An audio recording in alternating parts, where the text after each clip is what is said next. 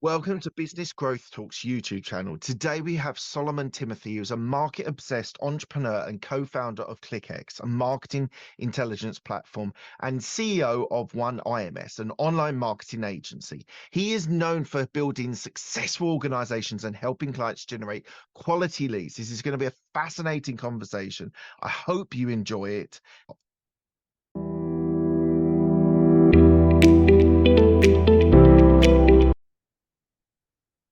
Today, we have Solomon Thimothy, who is a marketing-obsessed entrepreneur with a proven track record in building successful organizations. Solomon is the co-founder of Clickx, which is a marketing intelligence platform for brands to plan, execute, and measure online campaigns. Solomon is also the CEO of OneIMS, which is an online marketing agency which helps his clients generate quality leads. Solomon has his own framework called 10X framework, with the idea to double everything like clients, revenue, leads, and sales. Solomon is based in Florida. So before we start, if you are on YouTube, then please do give it a subscribe. It really helps with the algorithm and helps with the show. And equally, you can go to the website, which is www.businessgrowthtalks.com. Hello, Solomon. How are you today? I'm doing great. Thank you so much for having me, Mark. Absolute pleasure. Thank you so much. It's going to be so much fun that we're going to go into primarily your two businesses, Clickx and OneIMS. But I know you do other things as well, so we might touch on that as well. But with all of the shows, the first question I ask is, what does a business mindset mean to you? Business mindset is basically how you run your day, right? Every single thing that comes into your day, how you handle it. And I like to think that entrepreneurs are firefighters. We are as good as firefighting can get. I usually have little plastic firefighting things here to put out the fires. The reason I say that is if you're going to let the day run you, then you're defeated. Does that make sense? Mm-hmm. You got to handle anything that comes your way and handle it positively. It was Tony Robbins says either it happened to you or it happened for you. And then you learn from it. And then you overcome whatever that challenge is and move on. You know what I'm saying? No business is not dealing with fires. I've coached so many business owners and we do marketing campaigns and so on. Every day they're dealing with different kinds of fires. It's never the same thing, but it's just how you overcome that is how you become a better entrepreneur. It's interesting because it sounds like being a firefighter that you're reacting to the fire, where a lot of my thought processes and people I've had on my show is always trying to be proactive and trying to resolve issues before they become major issues. Do you feel as being a firefighter that you're responding, or are you proactively doing something? I think there's two sides to that, right? So one is if you're firing all cylinders as a business, you're going into new markets, you're adding new capabilities, you have so much confidence that you can do it, you just don't know where the fire might come from. Because again, you're always expanding. And I know you touched on 10X, right? Just anytime you're in expansion mode, there's always going to be fires. There's always going to be something that you didn't think about. That didn't cross our team's mind, or our project management tool didn't have that issue saved. And so that's what I mean by it. And I think we obviously want to be in the proactive world as much as we can. But if you're running an event, you're running a show, you're running this, you're running a trade show, whatever it is for your business, there's always going to be something. Oh, we forgot the banners. Oh, we forgot this. We forgot the flyers. We forgot the book. We forgot the giveaway. You're like, okay, somebody going to go get a $100 gift card or an iPad or a laptop? Go, John, go.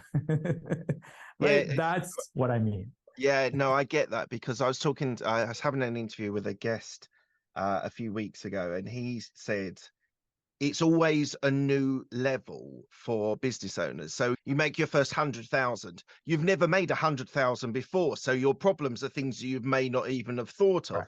You make your first million. You've never reached £1 million or $1 million before. So you don't know what it's like to have and that's 10 or 100 million. So you are absolutely right. There were the steps that you move forward. You're always going through new experiences and new things that you've not seen before. Yeah, and you're just not going to ever be prepared. So don't ever feel like, oh my gosh, I can't handle this. Let me go back to my little happy business with no trouble. But then you're not in the growth zone. You're in the comfort zone. You agree? That's what you and I do not want to be, or anybody that's listening or watching for that matter. Yeah. We've all got to be in growth zone. Absolutely. All right. Tell me one thing about your upbringing which reflects on who you are today. Yeah, my upbringing, my parents are from India, so they've always put a lot of emphasis on education. So I couldn't quit my school and start a business. I had to graduate college. But other than that, they gave me a lot of freedom as to what I should be doing with my life. They really didn't dictate anything, which I'm extremely grateful of. Because if, like I said, I would be dressed up as a doctor for Halloween because that's what people think, right? A doctor, a lawyer, something like that. 18 years of school and a lot of debt, and you come out and you probably hate your job or never get to see your family. And I've chosen a different field, rather, like something like you said, super unknown. Nobody's ever done it, or nobody wants to go into it because of all the risk, and failure is so common. Why would we want to do that? Luckily, my parents like, do whatever you want to do as long as you're happy. And so that allowed me to not ever have this worry of, am I living up to my, you know what I mean? Do I need to make $1 million? But it was no pressure. In fact, they gave me money. They gave me the seed money to go and start a business, knowing that I might not ever pay back. So I think that really helped me a ton. It just gave me so much confidence that, like, oh, look, like my parents are supporting me. Like, what could possibly go wrong? And so I was very optimistic that everything is going to work. And I started our business actually in the middle of the Great Recession, 2007, 2008. Like, we're a budding company. And everywhere else, people are like, oh, you're not going to get clients. People are losing jobs. And no, we grew in the pandemic. So I think if you're really super optimistic about what you're doing and you are adding value in the marketplace, it doesn't matter what goes on in the world. So I just think that just took me to another level mentally. So I've always been very positive, right? Like, even if there's fire, like we talked about, like, what can we do in this? Like, how do we overcome this and learn? And so we can move on to the next level. Absolutely. And I describe myself as a pragmatic optimist. So I like to keep an optimistic outlook on life, but I'm pragmatic that I'm not delusional that everything's going to be happy and lovely. You have to realize that there are hurdles, there are things that are there to block you or slow you down at least. Yeah. I love that optimism though. I love that idea of having a good outlook on the world. And if you grew in 07, 08, I was working for corporate at that time, and it was a very difficult time in Right. corporate world. A lot of people were laid off and a lot of lives were changed. How did you approach that first year or first or second year going through the financial crisis? Did you just see that as a marketing business, you were there to be able to provide value even when people are making redundancies and cutbacks? Yeah. that's a story in itself. That's another episode, but I'll share really quickly. So basically, this is a time when I'm barely 20 years old, right? 20, 21, something like that. In about first couple of months, I was working from our home, the spare bedroom. We buy, or we don't buy, but we lease out a space, like a 3-year lease in this time frame. And then we hired employees on top of that. Now I have at least employees, and it's 2006. And then it was going into 2007. So all we really did, and we made our first million from 50-mile radius of our physical location. Like people think, do I have to go other states? No, there's customers 3 and 5 mile radius of where you are right now that desperately needs what you're trying to sell or do. And they need your help. So we literally we didn't have any money for ads, networking events, and just like connection. Obviously, relationships is the key. It's the secret. And we just did a really good job for what we did for our clients. And literally, they told their friends, and one by one, we just started to get clients. Like I said, there's no doubt that we were passionate about what we did, which is marketing and lead generation and customer acquisition, things like that. And it just, when you help one business owner, it is like a fire. Like, they just tell other people about you, because there's not a day that business owners aren't talking to other business people. So I felt like I was in a bubble. That's what I was saying. I was literally in a bubble during this whole crisis, did not know anything about it. And we came out and we're like, oh, wow, like we did all that. That's amazing. No, it's incredible. So why did you want to become an entrepreneur? Yeah, it's a story where I usually share with people that I did have real jobs. And I just felt like a lot of times when you're a creative person, when you have a lot of ideas, you always want to make things better. And then you're often put in a box. And for all the right reasons, we're entrepreneurs. We give somebody a role, we give them a job description and say, hey, this is your job. Now they're like, I want to do sales. We're like, no, you can't do sales. You're in marketing. Or you're like, no, I want to do support. No, you can't. Oh, I want to develop software. You can't do that either. So I felt like I had all these skills and all this energy, bubbles of ideas kept coming up. This is not going anywhere if I don't actually put this to use. So I've always been more of a doer, I'm just able to manage so much easier. You could throw all the fires at me and I can handle it. You know what I'm saying? Like people want less tasks. I'm like, throw it at me. Like I don't have a 9 to 5. You just let me see if I can be of value in this organization. So I moved out, if that makes sense. And I was like, I could do this way more efficient and I didn't have to tell a boss what I'm doing or when I'm going to be done. I just think that some people are either meant to be an employee, which is absolutely a fact. Yeah. You shouldn't try to do entrepreneur of any kind. You just can't handle the stress. You want a piece of, right? Like you want this peaceful all the time, please, job is for you. And some people should not be working because you're always unhappy, right? You're always fighting with your boss, or you're just not meant to be in a cubicle. Like just own it and start building whatever it is, side hustle, businesses, grow it to 10 million, 5 million, whatever it is that you think you can do. I just think there's two types of people. And I just was not meant to be, I didn't feel like this is the best, right? This is the best of me, if that makes sense. It does. It does. What's the biggest challenge that you've faced with Clickx growing that as a business? Yeah, I think, like I said, so when we started, we were a service business, service in the sense that we were doing a lot of the things. And at OneIMS, one of the biggest challenges we came across was we couldn't scale it as fast as we'd like to because we lacked systems. And we were looking at, I mean, people know Basecamp and all these project management tools and task management and client communication. And obviously, when we're dealing with digital marketing, we have loads and loads of data, like call tracking data, PPC data, Google competitor data, all this information building. There's no dashboard. There's no technology that was available in 2006, 7, 8, whatever year it is. So we decided as a tiny little business in a suburb of Chicago to be a software company, as crazy as that could possibly be. Never done it before, no fundraising, right? We only have so many clients. So we took all that money and we reinvested into a software for ourselves. It was called Clickx because we just didn't want to mix everything up so that customers had no idea. So at that time, we were very much small business focused. And we took a lot of basically the problems that we were facing. Hey, want to give a dashboard, measurement tools. And it really, in the back end, it was enabling us to add clients at a much more rapid rate than paper and pencil or any tool at the time. Like we could do an audit, give a proposal, and onboard client in like literally one day, if that makes sense. And to this day, that is the sort of the infrastructure that allows us to do what we do today.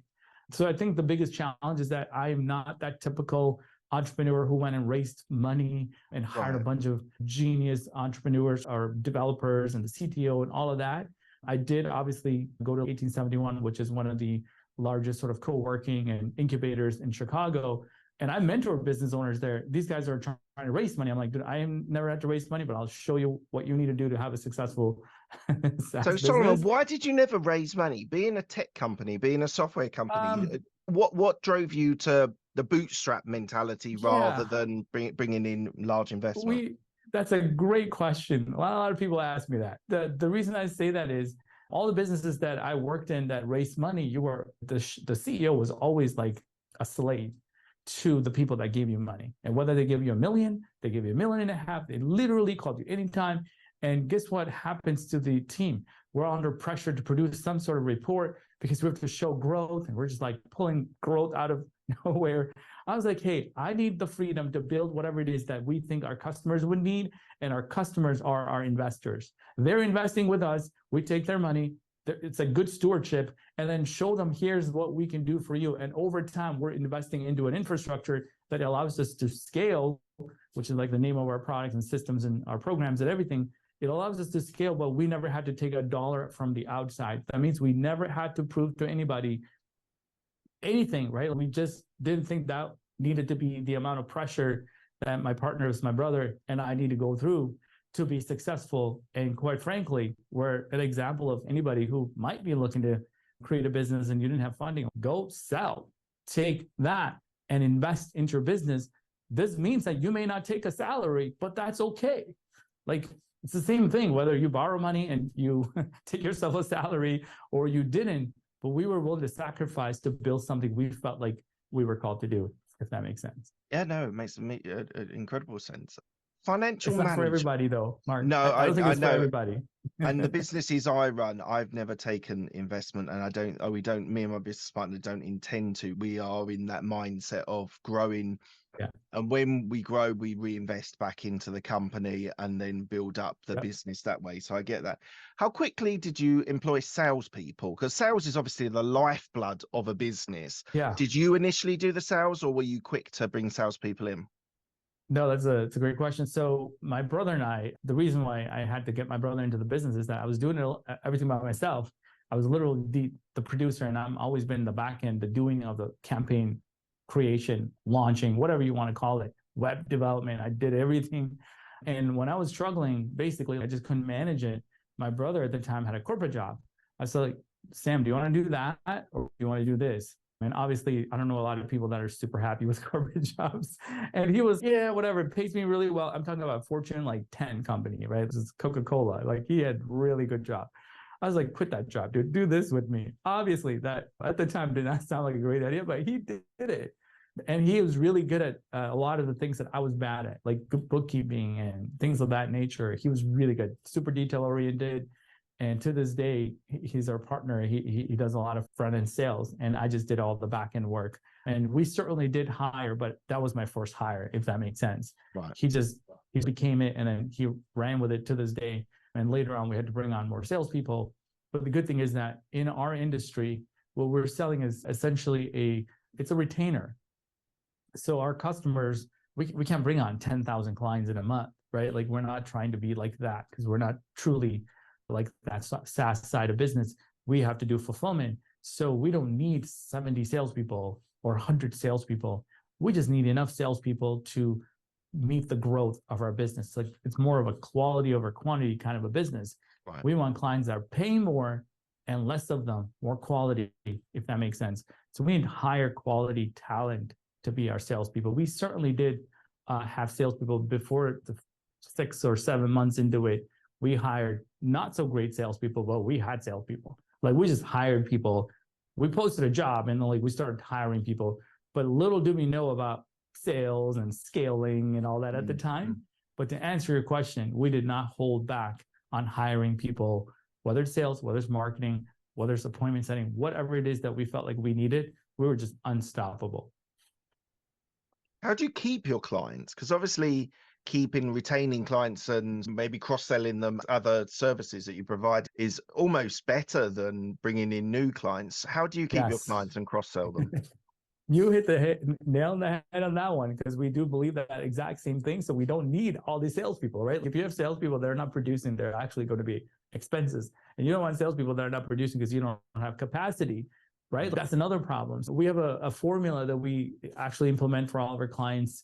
It's actually called the growth formula, which is acquisition plus retention equals growth, which most businesses are all focused on acquisition. They rarely talk about the R word, the retention word.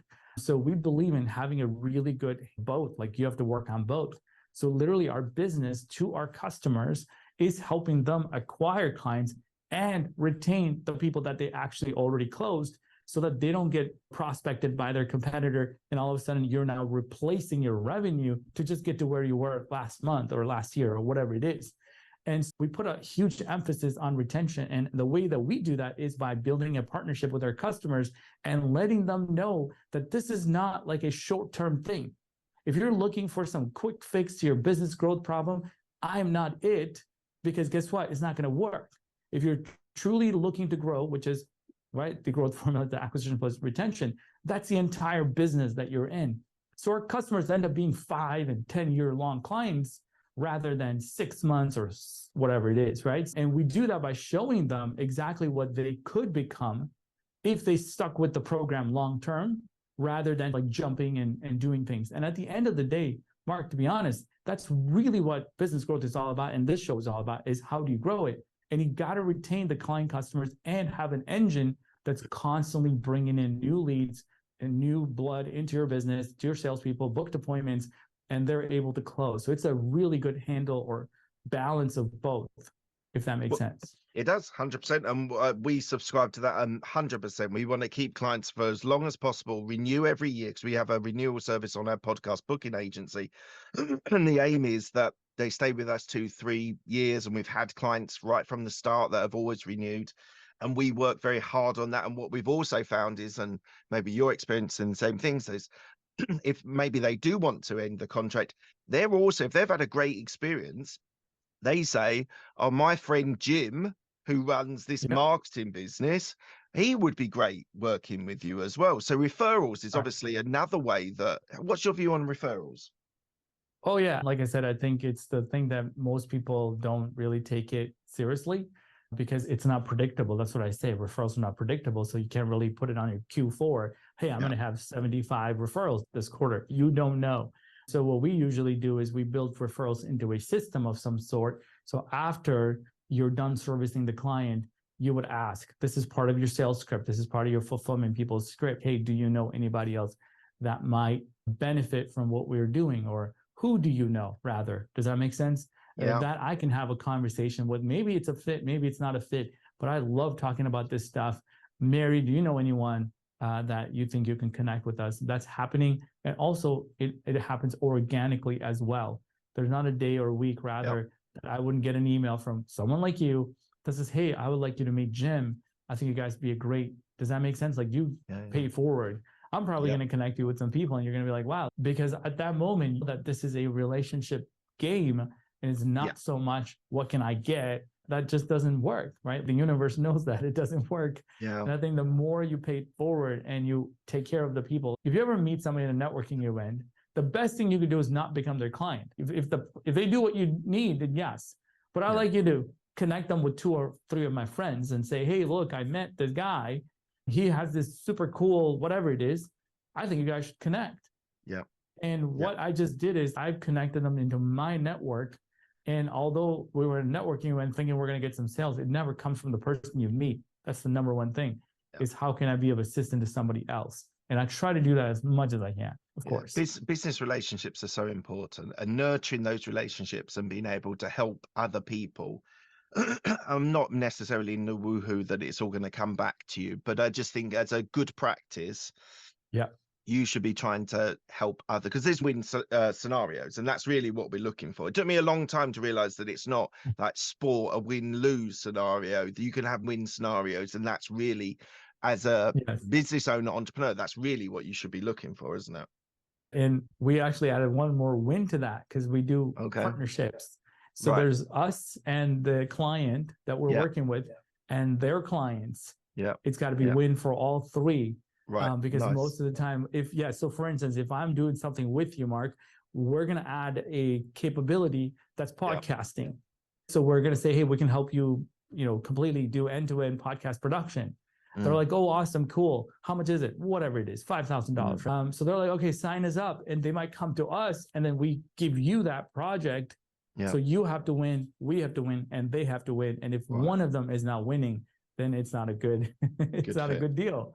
So it's really crucial, like when we do partnerships and things like that. So how do we make sure everybody's winning? And it is possible, like you said.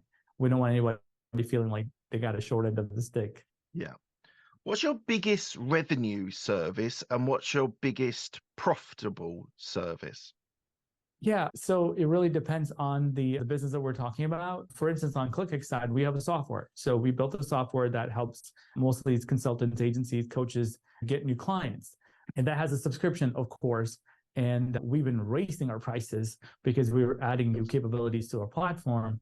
And obviously, like we have to make sure with the inflated world that we live in that we can pay our bills and some. That tends to be the number one source of our business. And on the service side of things, typically clients are hiring us to be like a fractional marketing consultant or CMO of some sort.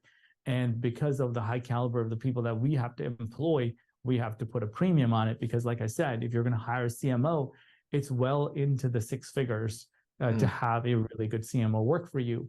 And because we have so many resources here as a service business, right, as a professional services business, we can actually leverage our talent, combine it together, and offer that for way less than what they would pay a salary. Like they're Right. winning, we're winning, our team's winning. That tends to be the number one product. Obviously, it's huge on strategy, Mark, if that makes sense. Yeah. But again, we're helping businesses. If we can just move the needle 5%, they're talking millions of dollars in growth. So like they will pay you a couple $1,000 to move the needle just a little bit. Like they have no problem. In fact, business owners, if you talk to entrepreneurs, especially in growth stage that you're talking about, everything that they care about is what is going to move the needle. That's it.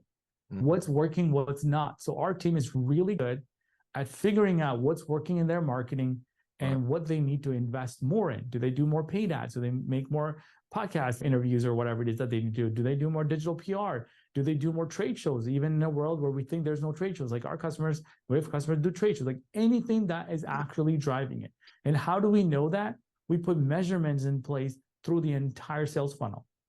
From a cold prospect going into their CRM system to close deals and the size of deals, the industry that they're in. So because we're looking at that, we're able to tell things that they themselves can't even see. Do you see what I'm saying? Because they're busy in the day-to-day. Yeah. Right? That's not a strategic thing. They're putting out fires or doing their day-to-day meetings and whatever else. Our team is looking at the numbers to say, hey, here's an opportunity for you that I think is there's not even a competition for you in this particular, whatever it is. You have a competition-free zone. Would you like to take advantage of it? Who's going to say no? Exactly. Yeah. Okay, let's move on to OneIMS. So why don't you tell me about this business? Yeah, so that's what I was talking about. OneIMS Tuesday is still a highly strategic consulting business. We do the work for you. Right.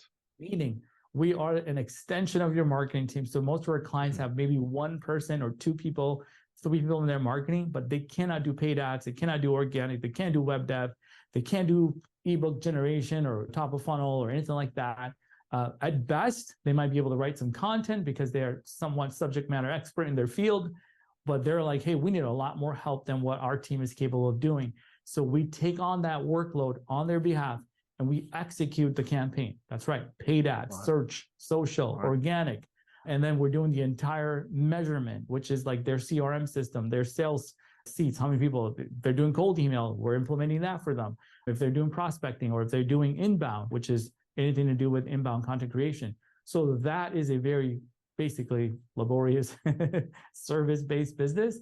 That's what we do at OneIMS, if that makes sense. Yeah. And so now we've covered Clickx and OneIMS. What's your day-to-day activities? Let's just say yesterday. What did you do yesterday?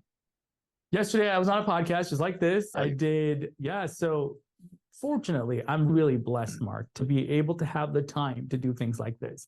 So being on podcasts, being a guest like here, and appreciate you having me. And I think our audience is going to get a lot of value out of today. And also, we have a coaching business in Clickx where we're coaching our entrepreneurs that are in their program. And Mondays, the program's called Scale, and yesterday was Monday. It's S for selling. Every day is a different letter. Right.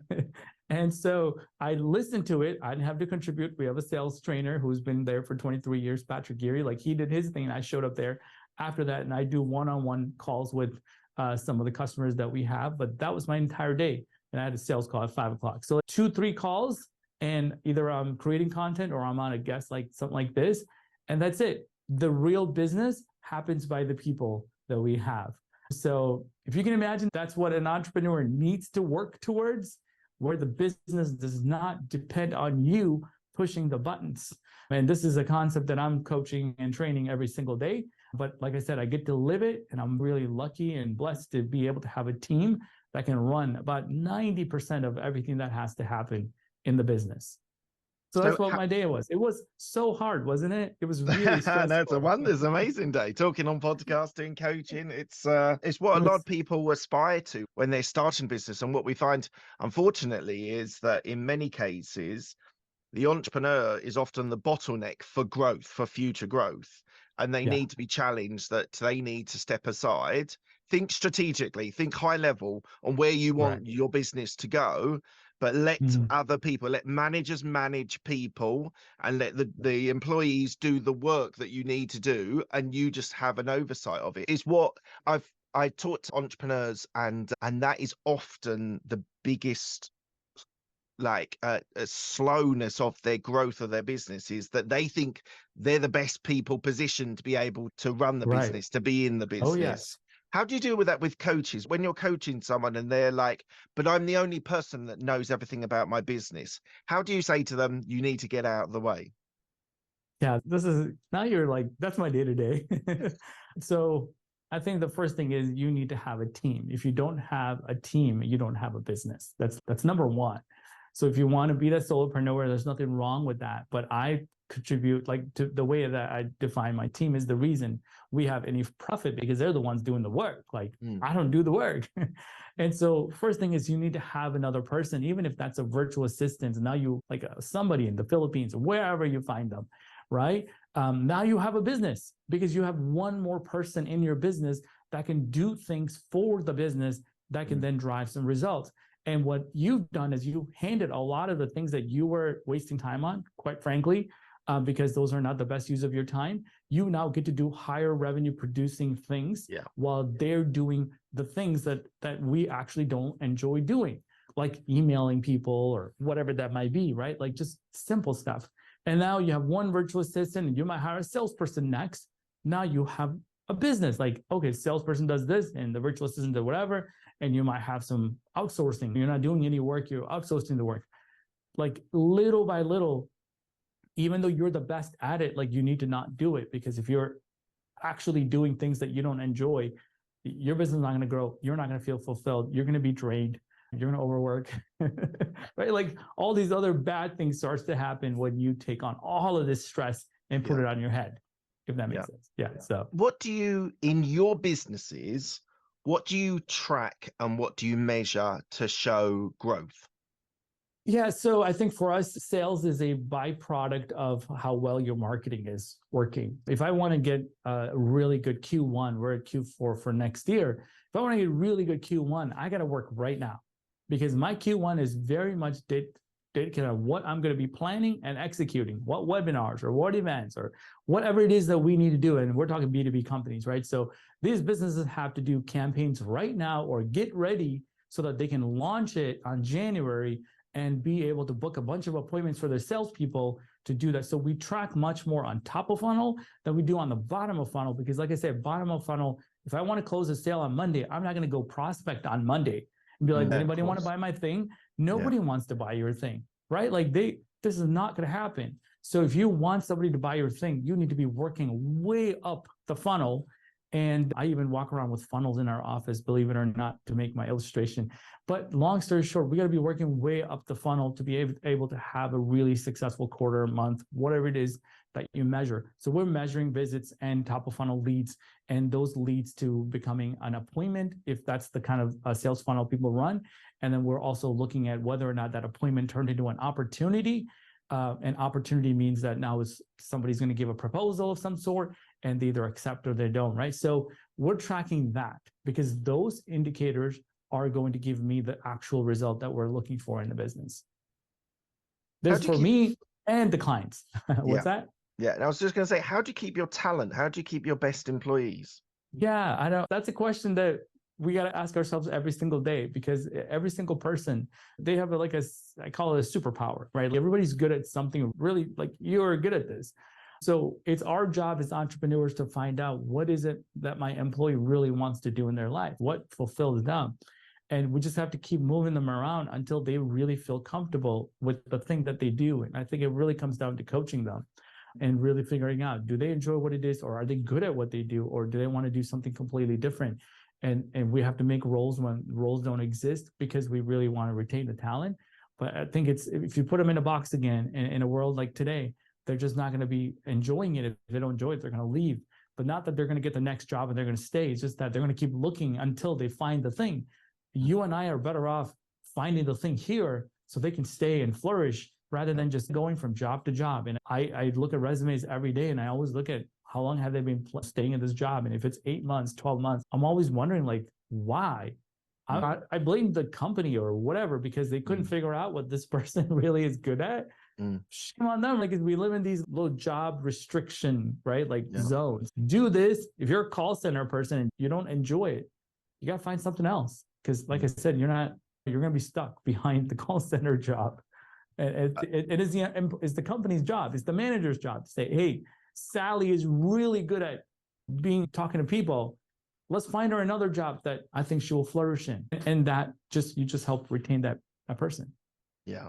And getting the right people in the wrong seats, wrong positions could kill a business. 100%. And if you have one unhappy employee, then you have a lot of unhappy employees. Yeah. So that's another episode, but you're right. Yeah. We just touched like the very, very small pieces.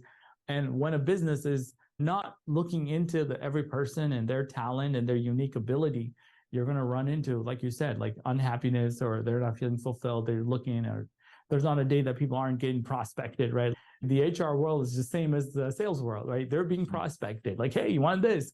And of course, the green is always green on the other side. So like people are going to switch a ship. It's because I think like we have to really figure out, can we make this home for them?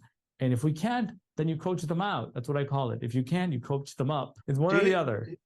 Do you have an exit plan? Do you have a plan of if you would sell? Yeah, again, it's a partnership. So it's not just me having the plan. I think we'd love to at some point. We feel like we're having a lot of fun. And if I didn't do this, that's the other thing. What am I going to do all day? But so at Clickx, we actually help people start agencies and scale them. And so one of the things that we are actually naturally going to be doing is helping them sell their agency that they built and scaled. So we cover all three grounds there, but we personally haven't done any exits yet. But like I said, all of the new ventures that I'm going to go into is mostly going to be things that I want to exit, not necessarily to keep. And so these clients that you're coaching and you're building businesses, growing businesses, coaching them, and do you ever invest in them? Not necessarily, but we would love to. But some of these, like I said, we never built a fund to then go invest and do that. And I think that's a really different business model. Typically what we're doing is we're going to show them the way that they couldn't be looking. So you mentioned the 10X, the framework. So it's actually called 10X Grow, GRO. It's called growth rate optimization. And if you look at everything that we've done over time, and whether it's a B2B environment or small business, there was a few levers that we had to pull to grow the business. And whether it was marketing, front end, sales, lead gen, whatever it is, we just had to optimize their growth rate in the sense that traffic growth rate, lead growth rate, meetings growth rate, the size of the deals growth rate. Does that make sense? Opportunity. And we just had to keep tweaking GRO, right? Just like we say CRO for conversion rate optimization, why can't we have a GRO for the entire business growth rate? And so when we're doing that, it's like very different than throw money at it. And now we're investors, and right now we got to have board meetings. We don't want to have meetings. We hate meetings. So if we can just figure out what is holding them back, like we always do as consultants, we optimize that. And most of the time, when you're in it, you can't see it. That's literally the truth. Yeah. And if I'm in it, then if I invest, technically I'm in it, and I probably can't see what they're going to try to do. So we try to take an unemotional sort of approach and say, if I'm not emotionally attached to your business, if I can look at it from the outside, because Mark, you're in it every day, you're just doing it, and you're not going to see it because you're busy doing the thing, right? Whatever it is that you do every hour. But if I was looking at it from as like a CPA's perspective, we look at the balance sheet, or we look at the income statement, whatever it is, you can just see some obvious red flags or opportunities rather. And then we say, well, why don't you invest into this thing? Why don't you do this? And so they're like having an aha moment that they would have never seen, unfortunately. Oh, absolutely. Absolutely. Look, we're coming to the end of the interview. I asked the same 6 questions to all my guests. They're quick fire questions. They don't need a quick fire answer. The first one is, what's the best decision that you've made? Yeah, I would say is investing in yourself.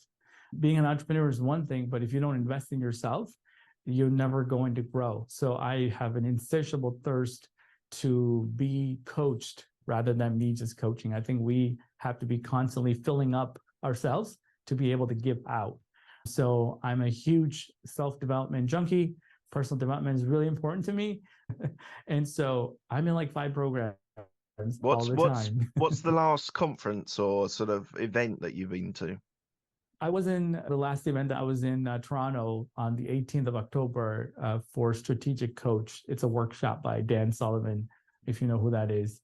So basically, it's going, and the next one I'm going to is in not this week, next week in Brighton SEO, which is basically a UK-based SEO conference that's coming to San Diego. That's next Thursday and Friday. And then it's the next one. Yeah.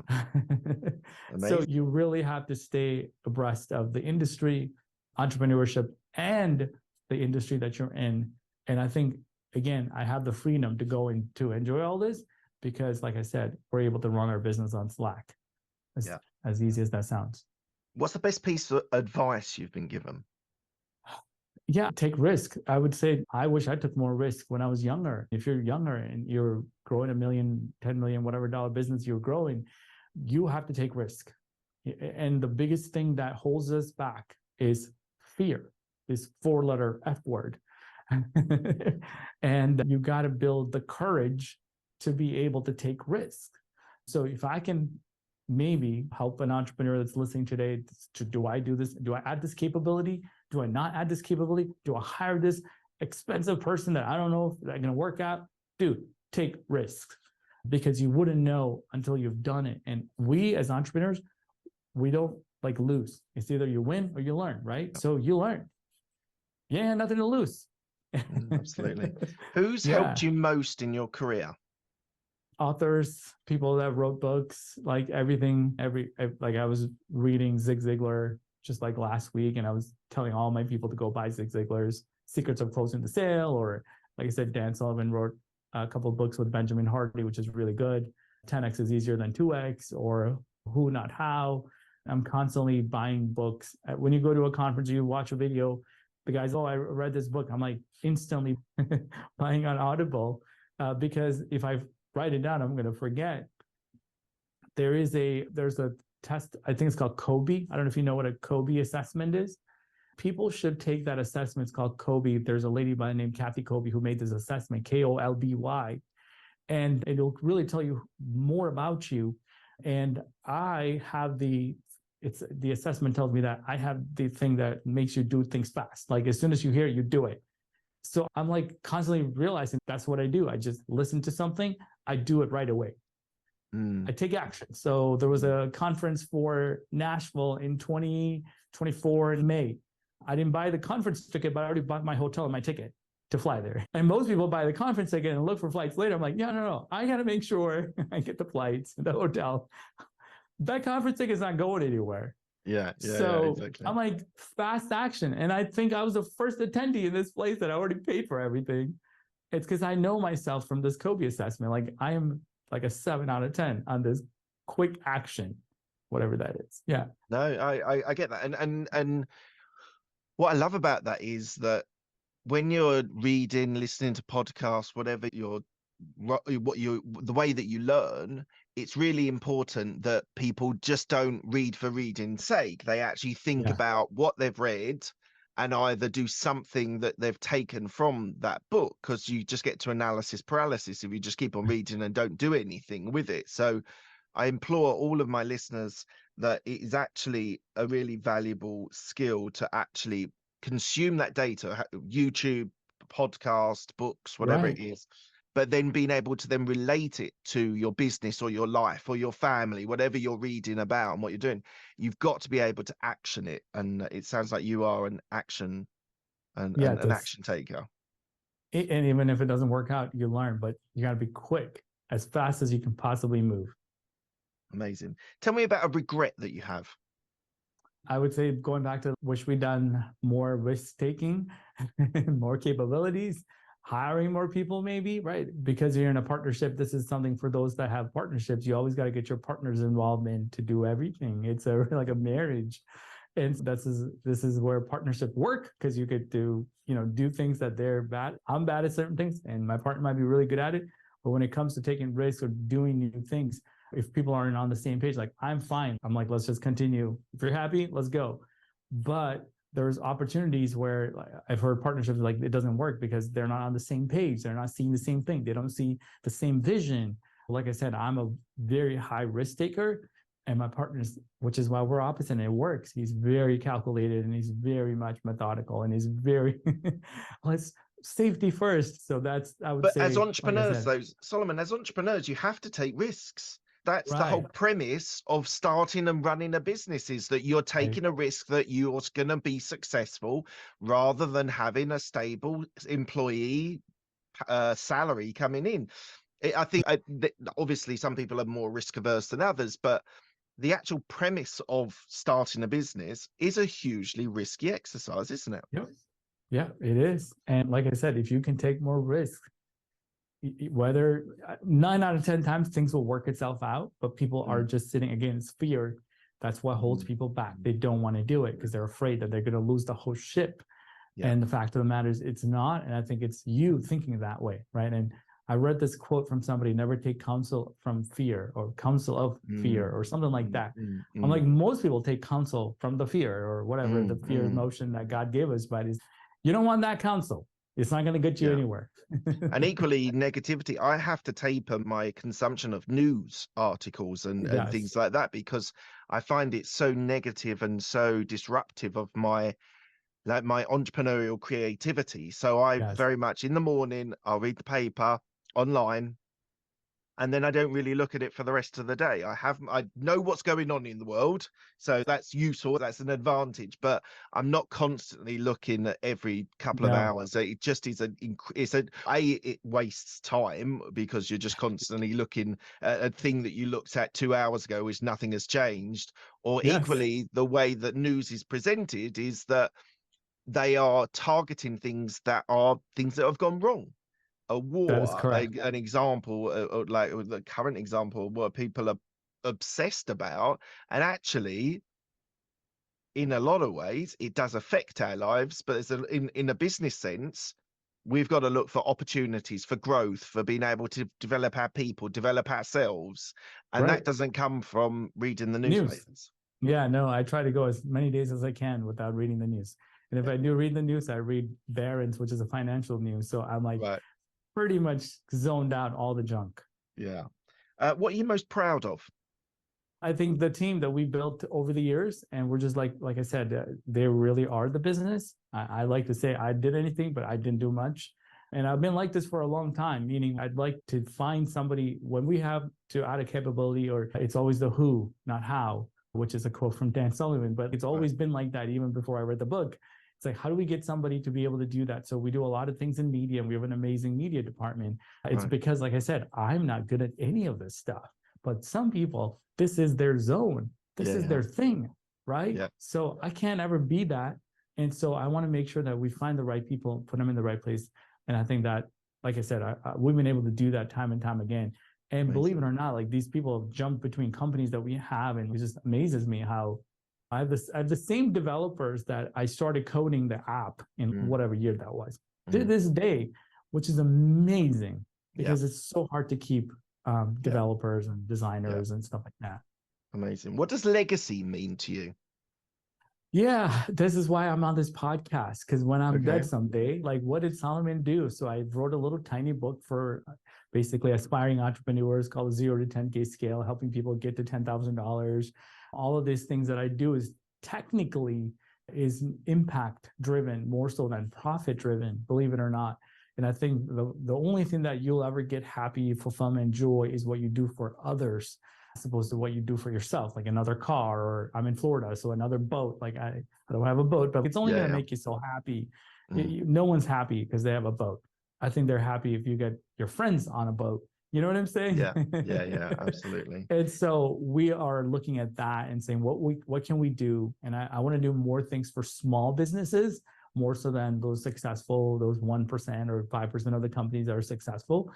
And it is going to be more on that 2024 and so on. Amazing. Is how do we give them tools that cost very little, they can implement and grow, so we can impact way more people. And lastly, where can people find you if they want to reach out to you and find out more about you?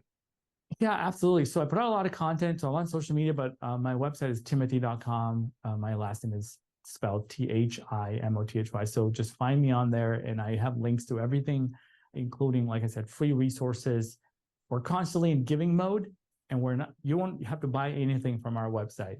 Amazing. That's the goal, right? Like, how can we serve as many people as possible? And that's literally, if every entrepreneur would just say that, how do we add value? We're all going to be successful. We're all going to be making 10 and $20 million. Yeah, amazing. Look, Solomon, thank you so much for your time. It's been an absolute pleasure. I've learned, I've experienced, I've really enjoyed our conversation. Thank you so much. Thank you for having me, Mark. Pleasure.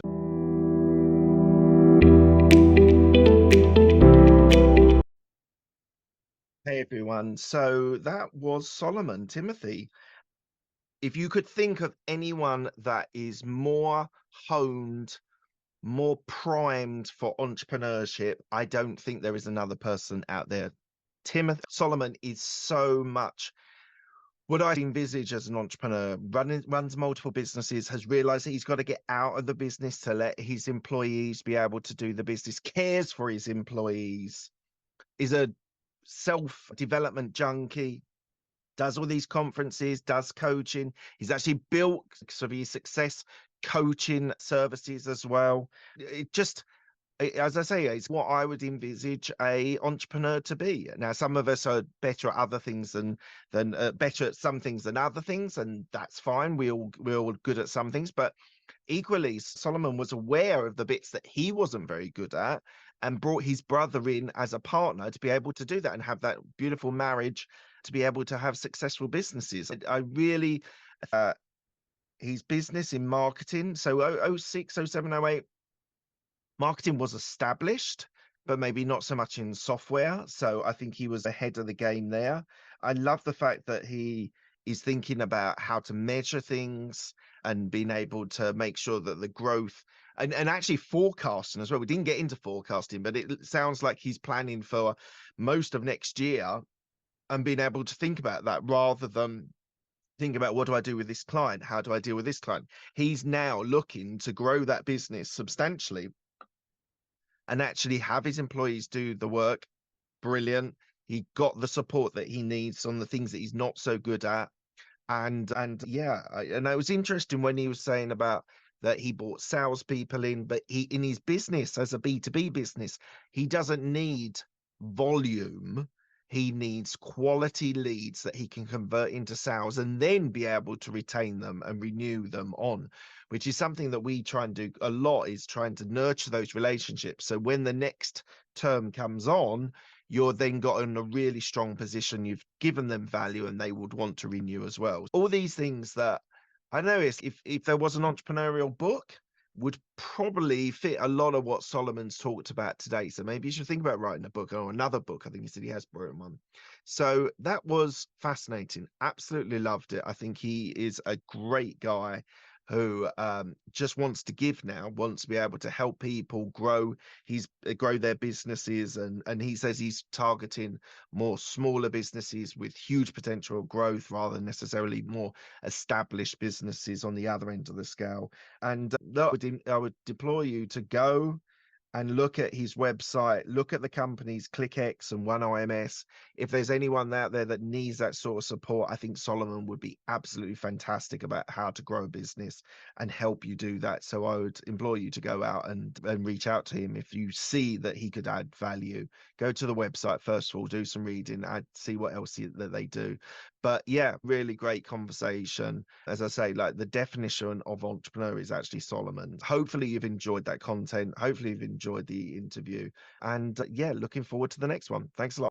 I really hope you've enjoyed that content. It's a really fascinating interview that I've done there. So please do, if you are enjoying this content, please do give a subscribe. It'd be really good to boost the subscriptions. It really makes a difference to the algorithm in YouTube. So thank you for that. If you do hit subscribe, hit the bell icon and you'll get all of the content. You'll get notified when all the content is available. Thank you so much for your time. It's really appreciated. Thanks a lot.